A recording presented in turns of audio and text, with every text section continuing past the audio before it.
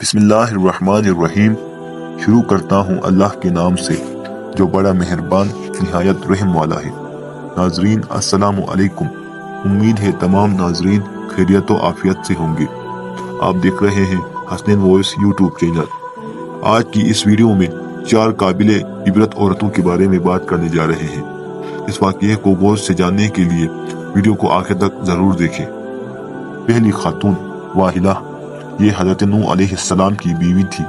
اس کو ایک نبی برحق کی زوجیت کا شرف حاصل ہوا اور برسوں یہ اللہ تعالیٰ کے نبی کی صحبت سے سرفراز رہی، مگر اس کی بدنصیبی قابل عبرت ہے کہ اس کو ایمان نصیب نہیں ہوا، بلکہ یہ حضرت نوح علیہ السلام کی دشمنی اور توہین و بے ادبی کے سبب سے بے ایمان ہو کر مر گئی اور جہنم میں داخل ہوئی۔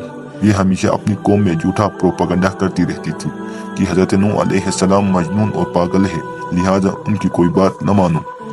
دوسری عورت وائلہ، یہ حضرت لوط علیہ السلام کی بیوی تھی۔ یہ بھی اللہ کے ایک جلیل القدر نبی علیہ السلام کی زوجیت و صحبت سے سرفراز رہی، مگر اس کے سر پر بدنصیبی کا ایسا شیطان سوار تھا کہ سچے دل سے کبھی ایمان نہیں لائی، بلکہ عمر بھر منافقہ رہی اور اپنے نفاق کو چھپاتی رہی۔ جب قوم لوط پر عذاب آیا اور پتھروں کی بارش ہونے لگی، اس وقت حضرت لوط علیہ السلام اپنے گھر والوں اور مومنین کو ساتھ لے کر بستی سے باہر چلے گئے۔ وائلہ بھی آپ کے ساتھ تھی۔ آپ نے فرما دیا تھا کہ کوئی شخص بستی کی طرف نہ دیکھے، ورنہ وہ بھی عذاب میں مبتلا ہو جائے گا۔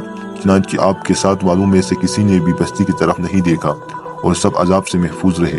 لیکن وائلہ چونکہ منافق تھی، اس نے حضرت لوط علیہ السلام کے فرمان کو ٹھکرا کر بستی کی طرف دیکھ لیا اور شہر کو الٹ پلٹ ہوتے دیکھ کر چلانے لگی، ہائے رے میری قوم!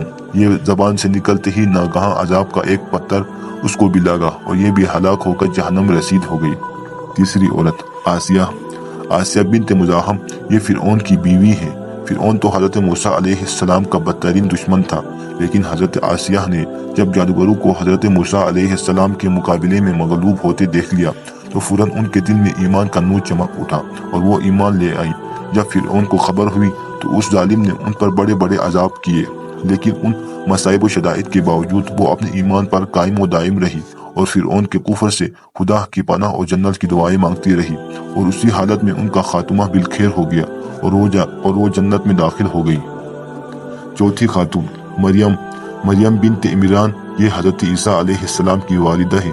چونکہ حضرت عیسیٰ علیہ السلام ان کی شکم سے بغیر باپ کے پیدا ہوئے، اس لیے ان کی قوم نے تان اور بدگوئیوں سے ان کو بڑی بڑی اذیتیں پہنچائی، مگر یہ صابر رہ کر اپنے بڑے بڑے مراتب و درجات سے سرفراز ہوئی کہ خداوند قدوس نے قرآن مجید میں ان کی مدح و ثنا کا بار بار خطبہ ارشاد فرمایا۔